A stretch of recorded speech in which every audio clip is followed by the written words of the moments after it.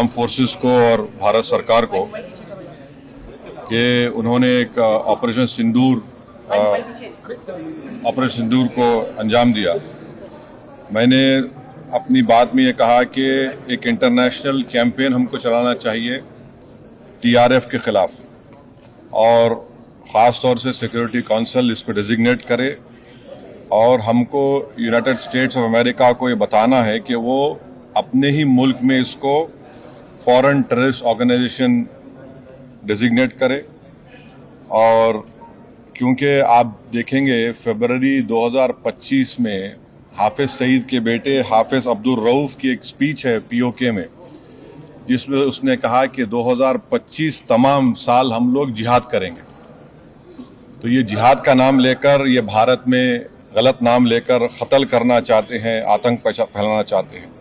तो यूएस को हम रिक्वेस्ट करें, उनको लॉबी करें कि ये टीआरएफ को एक फॉरेन टेररिस्ट ऑर्गेनाइजेशन बनाए, पाकिस्तान को एफएटीएफ के ग्रे लिस्ट में डाला जाए। यूनाइटेड किंगडम से हमने ट्रेड डील किया है, अब क्या क्या बहुत सी चीज़ें कम हो जाएंगी, टैरिफ कम होगा। तो हम यूके गवर्नमेंट से कहें कि वो भी टीआरएफ को बैन करें और यूके ट्रेजरी पाकिस्तान को सैंक्शन करे। यूनाइटेड स्टेट्स से हम ट्रेड डील करने जा रहे हैं और यूएस प्रेसिडेंट ने कहा कि जीरो टैरिफ होगा एग्रीकल्चर पर। तो ये मोर द रीज़न है कि हम यूएस भी इसको कबूल करें।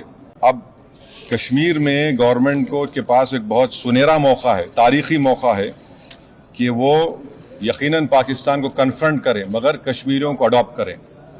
आप कश्मीरियों को ख़रीब करें।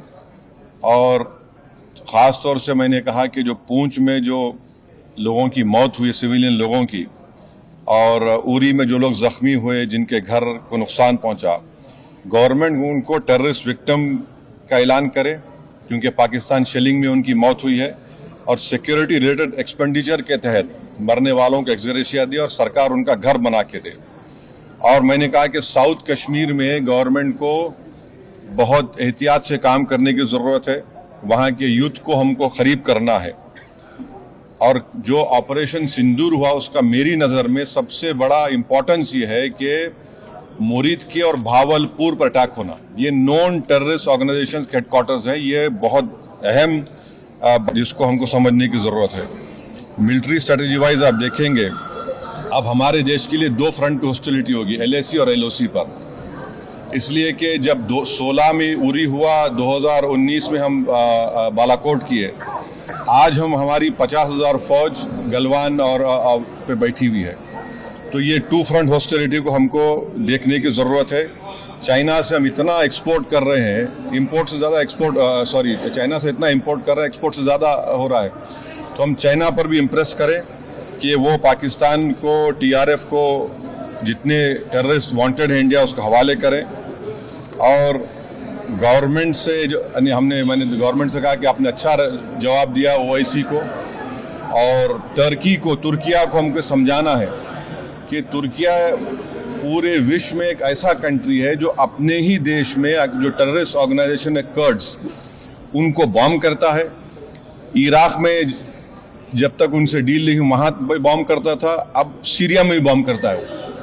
तो तुर्किया को समझाने की ज़रूरत है कि जब आप कर्ड्स के ऊपर जो टेररिस्ट ऑर्गेनाइजेशन है उनको आप एक्शन ले सकते, तो भारत पे क्यों वो सवाल उठा रहे हैं। और हमने कहा कि ये आज पाकिस्तान इसको और एस्केलेट ना करे। इस सिलसिले में आज ईरानियन फॉरेन मिनिस्टर दिल्ली में है, सऊदी फॉरेन मिनिस्टर भी दिल्ली में है।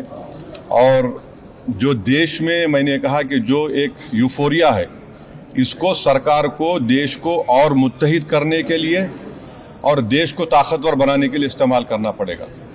और जो लोग मैंने जिक्र किया, हिमांशी, उस बच्ची का जिसने अपने पति को खोया 6 दिन की शादी के बाद, कि किस तरह सोशल मीडिया पर उसके ऊपर रिकेक हमले किए गए।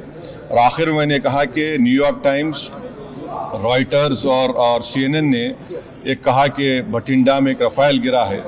वो सही है गलत है हम नहीं जानते, मगर हमने एक गवर्नमेंट से कहा कम से कम इंडियन एयरफोर्स को आप कहिए कि उसको डिनाई करे, ताकि हमारे आर्म फोर्सेस का मोराल और उनके रेपुटेशन में कोई कमी ना आए।